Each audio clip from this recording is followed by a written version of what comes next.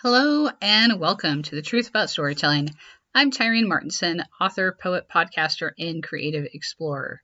I've published several novels, dozens of short stories, and over 100 poems across fantasy, sci-fi, and poetry genres. And I'm here to share what I've learned along the way. On this podcast, I attempt to pull back the curtain on the writing life, the triumphs, the struggles, and everything in between. Whether it's a peek into my current projects, research, tips for writers, or just some storytelling talk, I hope you'll find encouragement, inspiration, and a few practical takeaways. Each month, I also highlight special book deals and upcoming releases, so stick around for those updates at the end of the episode. So, today, I have a mosaic, if you will, of different topics that I want to tackle. There's a lot that I want to talk about today, and I'm hoping I can do it in a half an hour. So we're going to see if we can. All right. So today I'm going to be talking about some updates, some questions I've been wrestling with, and yes, finally, a little bit of discussion about different swords in different cultures and some of the meaning behind that. So first up, I want to mention I have a book event going on this week. I am currently hanging out at Barbecue to You, a barbecue restaurant in Gig Harbor, Washington. The owner is very generous and allows local authors, the entire Greater Gig Harbor Literary Society, to hang out there. There's an author of the week every week. There's a bookshelf there of books. You can purchase books there all the time, and it's awesome. It's just a huge encouragement to the local author community. So I'm very thankful for that. And I get to be there this week. So I'm hanging out there most days at lunch and dinner, although tonight I'll be there for a brief bit. And then Thursday's a little tricky. I've got a couple of different things going on, so I can't be there as much as I wanted to be. But I will definitely be there Friday evening, off and on during the day, Saturday for lunch and dinner, and then Sunday for lunch and dinner again. So I'm excited to be there. You can come chat about books with me. I talked to someone about Red Rising just the other day and someone else about Tolkien. So yeah, come chat books. I'm happy to do that. And I'm also happy, of course, to sell and sign books and do that kind of thing. So you are welcome to come if you're in the local area and just hang out with me. Next up, I want to mention that even though I don't have the page up yet, it is coming. I am doing a Kickstarter campaign for my poetry collection, my latest poetry collection. I am just getting all the pieces in place right now, so it is going to happen, and in the next couple weeks, I will be providing links and discussing more specifics about that. Next up, I want to mention that I have joined a mission support trip to Mongolia, and that's going to take place near the end of August, and it is something that I've been praying about for quite some time. There's a group of people at my church who are connected with a church in Mongolia, one of the first Christian churches in Mongolia, with the first Christians in Mongolia. And so there's been this connection, and these new Christian leaders, actually, I think it's been around for like maybe 20 years, have come and spoken at our church, and they are kind and warm and generous and wonderful. And they've invited our church to go and support them by praying with them and worshiping with them. And they've asked us a couple of times now. I actually think this might be the third year in a row that they've asked us. And some of the initial team can't go due to some health issues. And I totally understand that, because I've had health issues that have stopped me from things. But I sat and I prayed about this and prayed about this and prayed about this. And it was a difficult decision for me to make, because I think possibly everyone who thinks about going on a mission trip asks themselves these questions, even when they feel called. And I mean, I've been feeling called to go and speak about God in other places since I was a teenager. But I've never done it. And I'm in my 50s. So it's kind of like, when am I actually going to do this thing, right? But I still have these questions. Who am I to go? Am I qualified? Is this really from God? Is this the right time? What impact will I actually have? Is it financially responsible? Am I being arrogantly Western? How can I show my respect for the culture and people of Mongolia while speaking, praying, and worshiping in Christ's name? Am I skilled enough? Will I make a fool of myself? So these are all questions that I wrote down when I was thinking about this and praying about it. And I think they're questions that, like I've had to go through and answer for myself. And one of the reasons I decided that, yes, it really was from God is because I keep praying about it and I keep feeling a really strong call to go. And there's nothing in the Bible that says don't go. In all my Bible study, there's been nothing that said don't go. And trust me when I say I have prayed for things in the past before and felt like God was saying no. But this time I didn't get any of that sense. Is it the right time? Well, I don't know, but is there ever going to be a quote right time? What impact will I have? I don't know. Is it financially responsible? Somewhat, yes. Am I being arrogantly Western? I hope not. I hope and pray that I will not be arrogantly Western while on a mission trip. And I mean Western European. And I really deeply want to explore all the ways that I can show my respect for the culture and people of Mongolia while speaking, praying, and worshiping in Christ's name in support of the church in Ulaanbaatar and in the church plants that are in the Zavkhan province. So I'm really excited to go, but I know that I need to be thoughtful and prayerful about this whole journey. I want to be loving and kind and respectful to other people while I go and visit their country. So those last couple of questions, am I skilled enough? I don't know. I do pray. I am part of the worship team. I've been part of the podcast team at my church. I've spoken about God before. I don't even know that I'll have a chance to speak. Really, that's our pastor's going to do that. But again, I might have a conversation with someone, and I know that I'm going to have to be really prayed up around that because I want to be loving and I want to be respectful. And that last question, will I make a fool of myself? Well, I probably will. Honestly, I've made a fool of myself many other times before, so I probably will make a fool out of myself. And sometimes just owning that and saying, yeah, it's probably going to happen actually helps me get through it. I'm kind of like, okay, yeah, I'm probably going to make a fool of myself, and it's okay. I've done it before. I'll be all right, right? I don't really have all the answers yet. I am still studying how I can show my respect for the culture and people of Mongolia.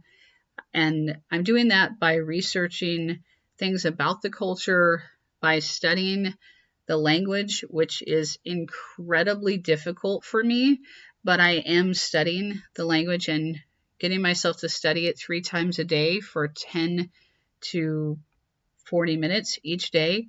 So I am working at how to show respect for the culture and people of Mongolia when I go visit.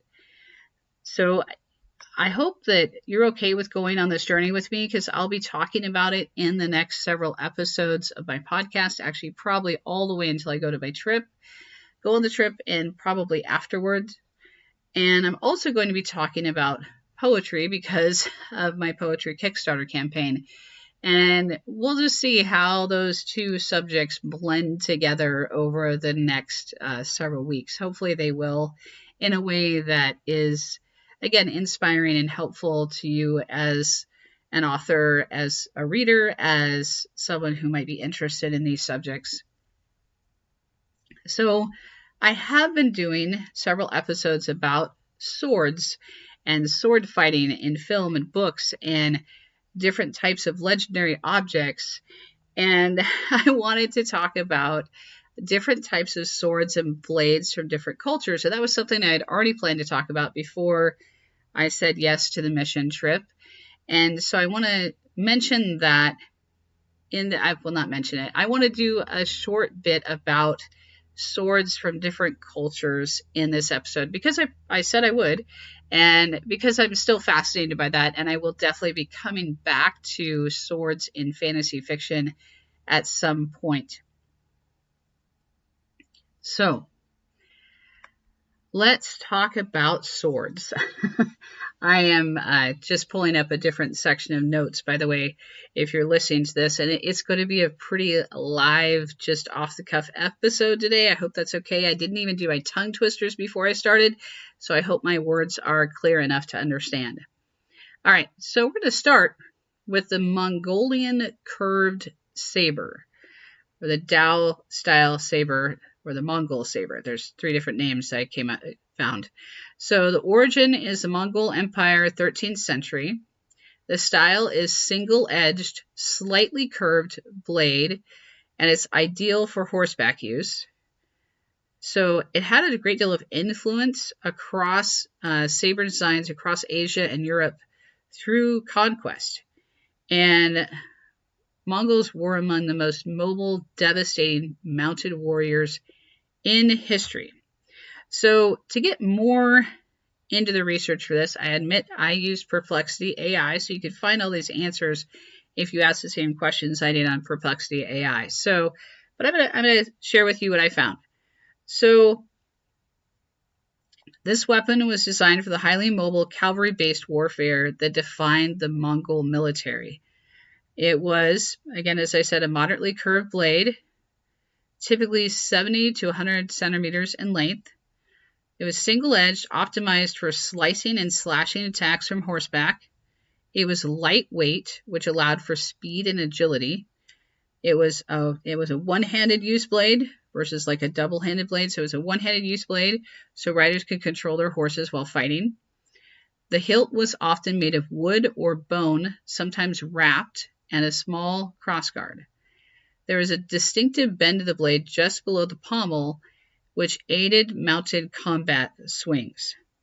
So this design incorporated practical elements such as the tungku, I hope I'm saying that correctly, I'm probably not, a metal sleeve at the base of the blade to help seal the sword in its scabbard, a feature sometimes carried over decoratively in later sword types. So the Mongol saber's influence on sword design was profound and far-reaching, largely due to the Mongol Empire's vast conquests and the interconnected Silk Road trade routes. As Mongol armies swept across Asia, the Middle East, and into Eastern Europe in the 13th and 14th centuries, their distinctive curved sabers became widely known and admired for their effectiveness in cavalry combat. So the Mongol saber inspired the development of iconic curved swords such as the Persian shamshir, the Turkish I can't say it right, and the Indian talwar. And I'm going to be talking about some of those blades in this episode. So in Western Europe, through trade and warfare, the concept of the curved saber eventually reached that region of Western Europe, where it's further refined, according to research I read, and became a staple cavalry weapon, especially after the decline of heavy armor. So the Mongol conquest of the 13th century contributed significantly to the spread of the saber. Genghis Khan's cavalry used curved blades with devastating effect. Their success led to many subjugated peoples adopting Mongolian weaponry. So that's just a little bit about the Mongol saber. Next up, I'm going to move countries and move regions. Actually, I'm going to move to the continent of Africa, which I know is a huge and vast continent with many, many different people groups. I'm only going to focus on one, and that is the Zulu people group. And I'm probably not going to pronounce the spear name correctly, so please bear with me. I'm going to say Iklwa, but it's Iklwa. So I'm not sure how to pronounce it correctly. Please forgive me for that. So the inventor of this particular type of short thrusting spear was Shaka Zulu, and he reformed traditional throwing spears into short stabbing spears. It had a broad leaf-shaped blade, and it was used for close quarters combat. And it became a symbol of warrior identity and military innovation in southern Africa. So it became the iconic weapon of the Zulu warriors in the early 19th century. Its invention is closely associated with Shaka Zulu, who sought to reform and modernize Zulu warfare. It features a wooden shaft, typically around 3 to 4 feet long, or 1 meter long, and a wide leaf-shaped iron blade, as I said before, designed for powerful thrusts in close combat. The name, which I can't seem to say right, is said to imitate the sound the spear makes when withdrawn from a body. Kind of a gross, gory tidbit there, but there you go. But that name is supposed to highlight its lethal effectiveness. So prior to the Ikwa, Zulu and the neighboring warriors used long throwing spears, which were hurled at enemies from a distance. Battles often involved ritualized spear throwing with little actual fighting. So Shaka Zulu considered this wasteful and ineffective, so he introduced the Ikwa to force warriors into close, decisive, hand-to-hand combat. Now, his reforms went beyond weapon design. He trained his warriors to fight in tight formations, most famously, and I'm quoting here, quote, buffalo horn, quote, end quote, formation, which encircled and overwhelmed enemy forces. The Ikwa's short length made it ideal for use within these dense ranks, allowing for rapid lethal thrusts while minimizing the risks of entanglement with fellow warriors or enemy shields. This blade spear was typically used in conjunction with a large cowhide shield, enabling warriors to hook or push aside enemy shields and deliver fatal stabs. This combination of offense and defense made Zulu regiments highly effective in close combat. The Ikwa became a symbol of Zulu martial prowess and unity. Possession of the spear signified a warrior's status and courage, and it played a role in both battle and ritual, reinforcing the warrior ethos of the Zulu people.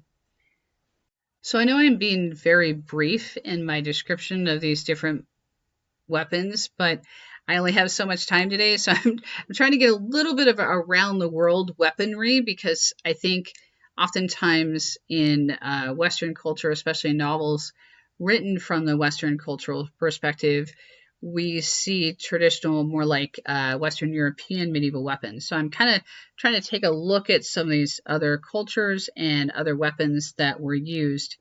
So, and I'm being very brief, and I know that there's a multitude of more nuance to each of these weapons, and especially these cultures. So next up, I want to talk about the Persian shamshir. Again, I may not be saying correctly. The shamshir is a distinctive type of Persian sword that emerged around the 16th century and became one of the most iconic curved sabers in the Islamic world. The word shamshir literally means lion's claw in Persian, a reference to its deeply curved, slender blade. The shamshir is renowned for that curve, which is more dramatic than earlier straighter, slightly curved swords. The blade is single-edged, relatively thin, and tapers to a sharp point. It's typically around 36 to 40 inches. It was, again, optimized for slashing and cutting from horseback, but also capable of effective thrusts due to its pointed tip. The hilt often features a crossguard and a distinctive, sometimes elaborately decorated pommel. So it became a symbol of Persian military excellence and chivalry. It was associated with the elite cavalry and nobility, and its elegant design reflected the sophistication of Persians' arms and armor. So these blades were often masterpieces of craftsmanship. They were often inscribed with poetry, prayers, or the names of famous swordsmiths. Hilts and scabbards might be adorned with gold, silver, enamel, and precious stones, making them both weapons and works of art. The shamshir's design was so effective that it influenced sword making across the Middle East, Central Asia, and even into India, where it inspired the talwar and the Ottoman Empire. Its form became synonymous with the curved saber in Islamic and steppe culture, symbolizing the fusion of Persian, Turkic, and Mongol martial traditions. Again, this I'm quoting. I'm quoting Perplexity AI, and Perplexity AI has specific sources that it's quoting, but I'm not going to get quite that deep in all the references today. So, beyond the battlefield, the shamshir became a ceremonial object used in royal courts, diplomatic gifts, and as a symbol of authority and leadership. It appears in Persian art, literature, and folklore as an emblem of justice, power, and heroism. So that's just a little bit about the Persian shamshir. And next, again, I'm doing a very quick, brief summary of different weapons. We're going to talk about the Indian Khanda sword. So the Khanda is a traditional Indian straight sword, easily recognized by its broad double-edged blade, which is different, right? Double-edged versus single-edged, which widens toward the tip and often features a blunt, reinforced back edge for added strength. The hilt typically includes a large protective guard and a distinctive disc-shaped pommel, sometimes with a spike for two-handed use. The Khanda is one of the oldest and most iconic swords in Indian history, and it was primarily used for slashing and as a slashing and chopping weapon, effective in close combat due to its weight and broad blade. Warriors used it for powerful, decisive strikes, often wielding it with both hands for maximum force. So again, we had some of those other blades were single hand or single edged and wielded with a single hand. This Khanda is double edged and it was often wielded with two hands for maximum force. So it was favored by various Indian warrior classes and became a symbol of resistance and valor in numerous battles throughout Indian history. The Khanda is also a symbol of royal authority and martial valor in Indian culture. It is frequently depicted in the hands of kings, deities, and legendary heroes in Indian art and sculpture. It has deep religious significance for the Sikh culture and in Hinduism. And I don't know that I understand all of that, so I don't want to get myself into way too much trouble. Again, as I said, I'm giving a brief overview of different weapons from around the world. Next up, I want to talk about the Filipino keris. I obviously am not saying it right. It's from the Philippines, and it often is a wavy blade with spiritual and symbolic meaning. So it's both a weapon and a ceremonial object believed to carry spiritual energy. In the Philippines, keris was used by warriors and tribal leaders and seen as a symbol of bravery and status.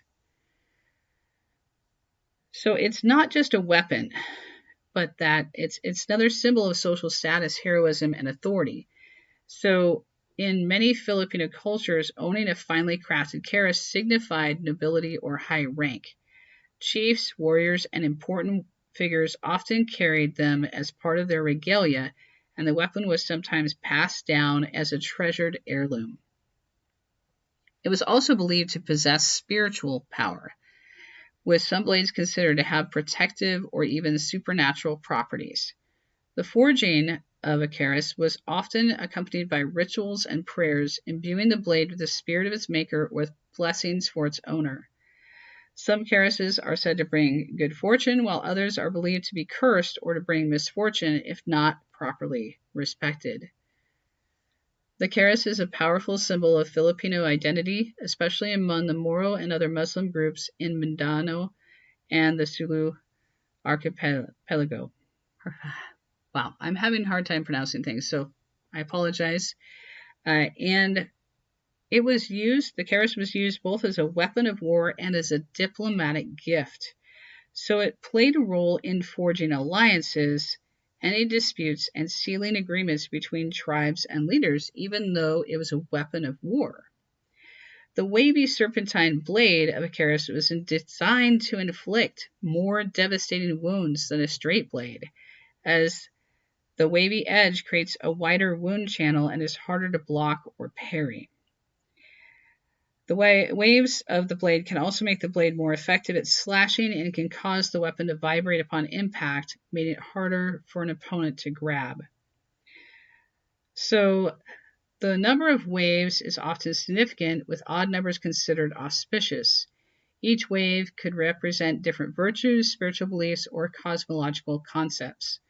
The wavy form is thought to represent the Naga, serpent or dragon, a powerful mythological creature in Southeast Asian folklore, symbolizing strength, protection, and mystical power. So the wavy blade also showcases the skill of the smith and the artistic traditions of the region. Each keris is unique with intricate patterns forged into the blade, making it both a weapon and a work of art. So we're going to do a brief discussion of the Japanese katana, and the origin of which is feudal Japan, 14th century. Is a curved single-edged blade with extraordinary sharpness and flexibility. Samurai carried it as both weapon and symbol of honor, and it was considered a deeply spiritual object in Bushido code, forged with great ceremony. The forging process for a katana is a blend of advanced metallurgy and spiritual tradition, perfected over centuries. The process begins with a high-quality steel produced from iron sand in a traditional clay furnace called a tatara. I could be saying it wrong, I'm sorry. And it's sorted by carbon content, this high-quality steel, and low carbon. So both high and low carbon steel are used in the blade. The steel is repeatedly folded and hammered, sometimes thousands of times, to remove impurities and create layers. This folding process produces the katana's distinctive grain pattern and enhances its strength and flexibility. Traditional katanas are made using a composite structure. A hard, high-carbon steel core forms the cutting edge. The softer, low-carbon steel forms the spine. This combination allows the blade to be both razor-sharp and shock-resistant. The blade is coated with a special clay mixture, thicker on the spine, thinner on the edge. The sword is then heated and quenched in water. The edge cools rapidly, becoming very hard, while the spine cools slowly, remaining softer and more flexible. The process creates the katana's signature hamon, I could be saying it wrong, which is a wavy temper line, a visual marker of the differential hardening. So after forging, the blade undergoes meticulous polishing to reveal its beauty and sharpness. The katana is then mounted with a hilt, guard, and scabbard, often crafted with exquisite artistry. The katana is inseparable from the image of the samurai, the warrior class of feudal Japan. It represents the samurai's honor, discipline, and code of conduct. The forging of a katana was considered a spiritual act, with swordsmiths often praying and performing rituals to infuse the blade with purity and spirit. The katana is revered as a work of art to this day, with each blade unique in its pattern, balance, and craftsmanship. And so there are so many things I could talk about with each of these blades. I actually had to edit some of my notes and try to keep my episode from getting into like the hour length type of time period. And I definitely want to come back and talk about each of these weapons with more detail. And I also want to talk about Norse and Celtic weapons of war. I really like them, and it's kind of a strange thing. I think about it sometimes. I really love God, and I'm a relatively peaceful person, but yet I love learning about weapons of war, and I love going to museums where they have, swords and combat arms on display. I will go to a museum that might be a history museum, it might be an art museum. If they have anything in there that has a sword, I'm like, ooh, let's go look at that exhibit. And it's just kind of funny. Sometimes I don't plan to go look for swords at a museum, and then I'll find some and I'll be like, oh, let's stay here a while. And my husband will be like, are you done yet? Are you done yet? Let's go over here. And I'm like, no, I'm still looking at the sword.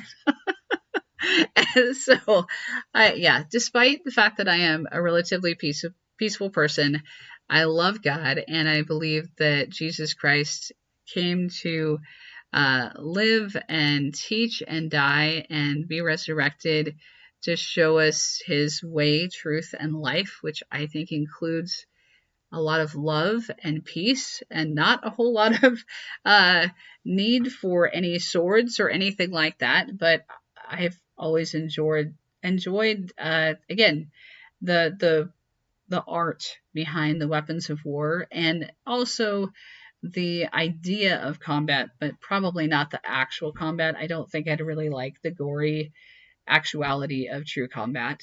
But anyhow, I guess, really excited about different ancient objects, and I find them fascinating. How they've been used in storytelling always fascinates me. I personally feel that we are all in a battle of our minds and our souls and our emotions to be all of who God wants us to be. And that battle is spiritual for the most part, but it's also mental. I know when I get up in the morning, sometimes I have to remind myself that this is the day that the Lord has made. And that moment of reminding myself, that's fighting a spiritual battle. That's fighting an emotional battle. It's fighting a mental battle. And I put it in those terms. I think of it as fighting a battle against something awful that I have to get up and fight against every day. And so I think maybe sometimes that's where I kind of get caught in that discussion of warlike things. And I think it's partly because I love fantasy adventure novels, and I saw a cartoon version of The Hobbit probably when I was in second grade. I had the book read to me by a teacher when I was in third grade, and then I read it myself. And I just fell in love with a lot of fantasy traditions about fighting off evil monsters. And so I think that's kind of how I end up thinking about all these ancient weapons and legendary blades. It's not because I don't love Jesus, because I do love Jesus. Uh, and I am a fairly peaceful person, but I find some of these things from history to be kind of fascinating. So, as I said, this is the last episode I will be doing about blades for probably 3 or 4 months. And during that 3 or 4 months, I'm going to be talking about landscapes of poetry and mission work.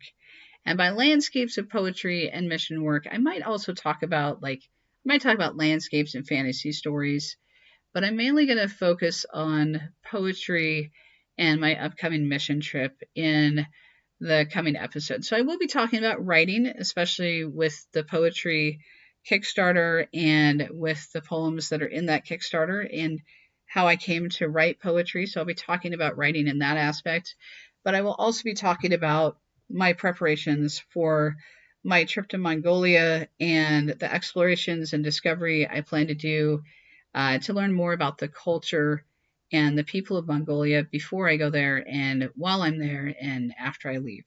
So if you're up for that, I will be talking about those things for the next 3 months.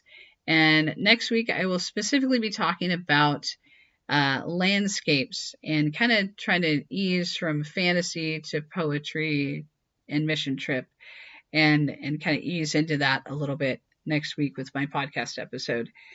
So if you look in the show notes, you should find a book funnel for a singular free book that is available with a newsletter sign up.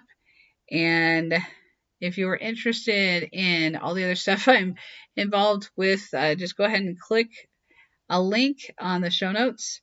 And I hope you enjoyed it. I hope you got something out of it today. And I'll chat again in a week. Thanks for joining me.